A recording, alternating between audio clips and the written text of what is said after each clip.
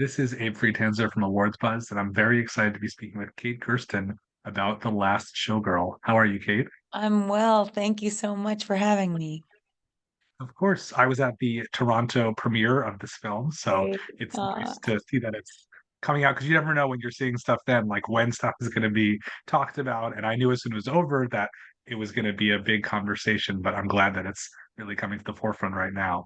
Thank you. Yeah, it was very exciting in Toronto. I mean, that was an absolute dream come true, that whole experience. And to be at that first performance of it, the first screening that was a cool night. Well, you've obviously been waiting a little bit longer for this film to become what it is that I have. And by saying the performance, you give away your roots in theater. So can you tell me a little bit about when this all started, this whole idea for this project? Sure. So I I was in grad school. I was studying playwriting at Juilliard, and I was mostly babysitting and working at a farmer's market and all kinds of other random odd jobs for money. And then I had signed with my first agent, and they got me this job writing the patter between songs for this woman's one woman show in Las Vegas. And that was my first time getting paid to write. And it was such a sort of like oddball little thing. I didn't have any idea it would take me anywhere, but I just thought this was going to be more money than I'd like ever seen. And it wasn't even very much. It certainly wasn't television money. Anyway, um, the performer was this woman who was from French Canada. She was Celine Dion's protege, and she was a vocal impersonator. And she was like she was cool. She was gorgeous. Her show was very like, she was amazing. She's like incredibly talented. Um, and so we were taking over the Thursday, Friday, and Saturday night performances of a show called Jubilee, which was at the time, this was back in 2013. It was the last standing showgirl review, classic showgirl review, topless review that was in Las Vegas. There had been many others that had closed, they were sort of had their heyday in the 80s and 90s, but this was the last one standing. And um as we were taking over their like prime performances, it really was clear that they were kind of not going to last very much longer. And I went to see Jubilee when I was there, and it was um I don't want to say that it was sad. It was just sort of like there were 85 women on stage.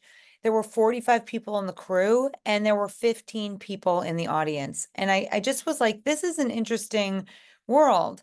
And I also have always loved the lives of dancers. My mother was a dancer. She was with the Martha Graham Company back a long time ago in the 60s. And then my dad was a stage manager, but he loved to dance. I mean, all I can ever think about is my dad dancing. I mean, that was what he always loved to do.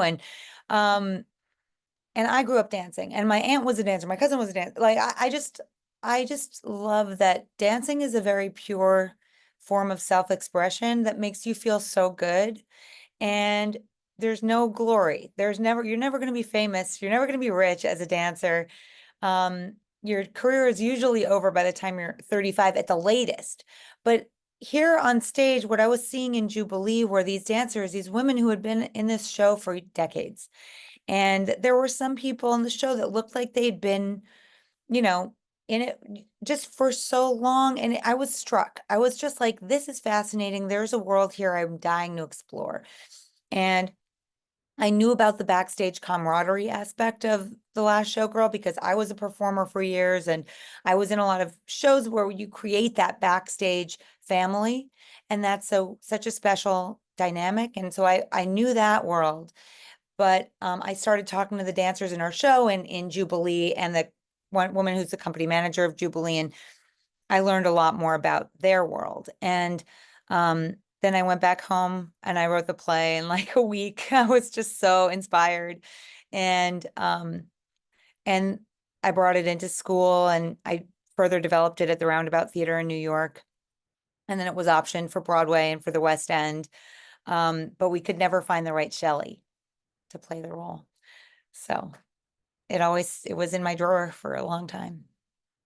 And what was your knowledge of or impression of Pamela Anderson before this fateful union?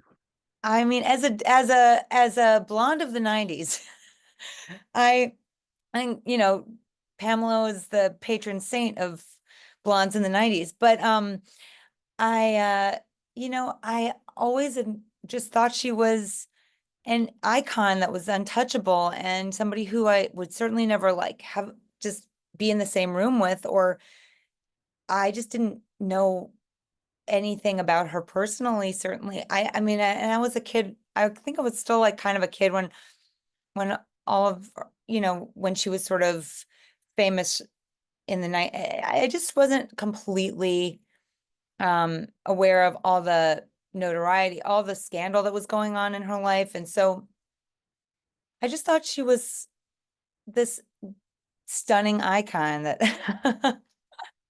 um and um and then when Gia said you've got to watch this documentary, I was like, oh, she is Shelley. There are so many parallels between her and Shelley. And the biggest thing was for me was character wise that she was somebody who was open and vulnerable and had the sense of wonder about her and a little bit of this youthful, like childlike energy about her. And she giggles and I realized later that she had this amazing phrase. She had this great quote that she says, the real rebel move is staying soft all the, through everything.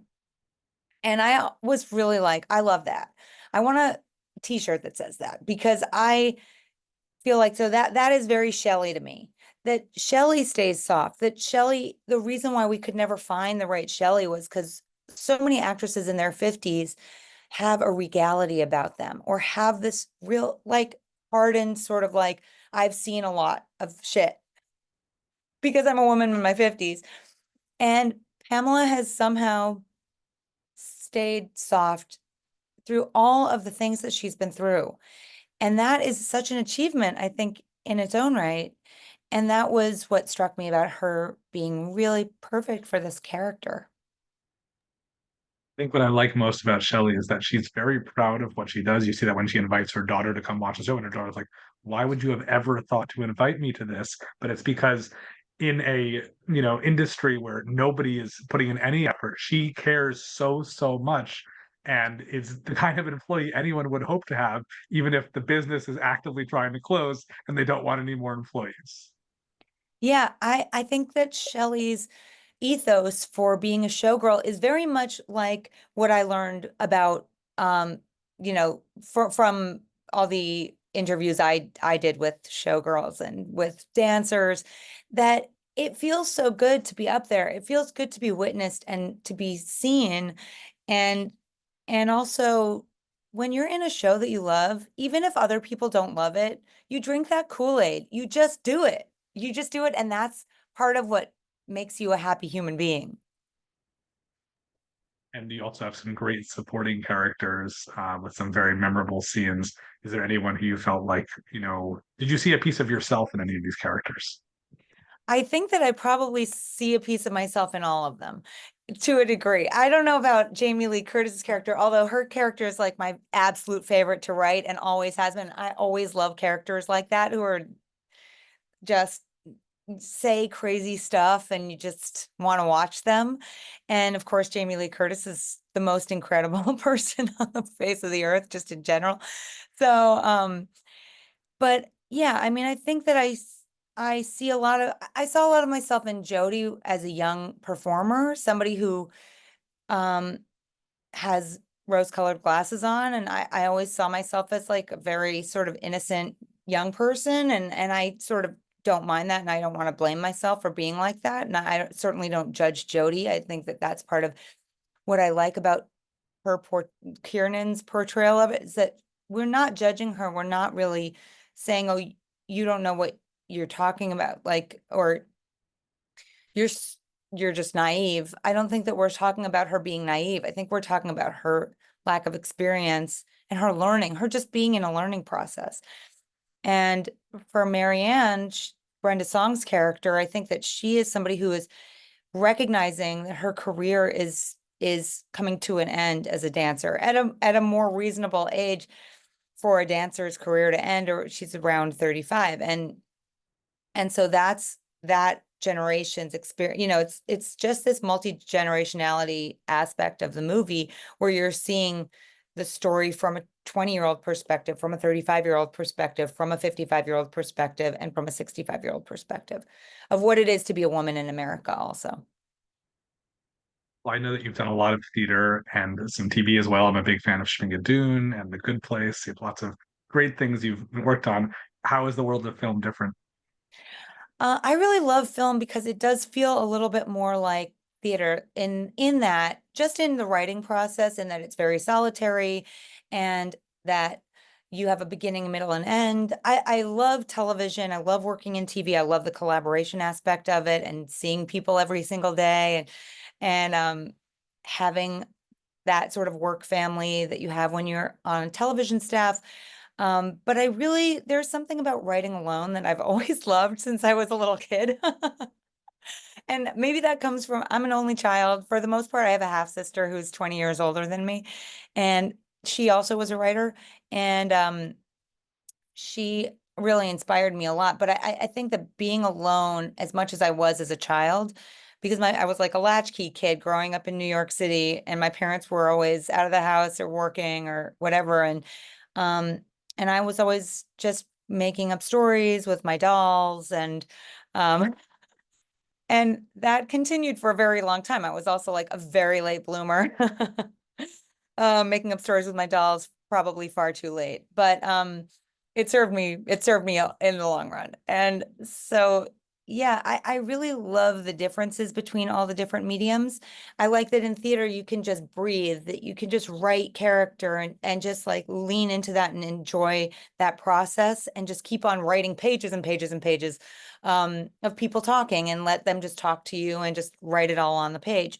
And then for film, I just really I like the structure of film. I love like, film structure, but still having a beginning, middle, and end.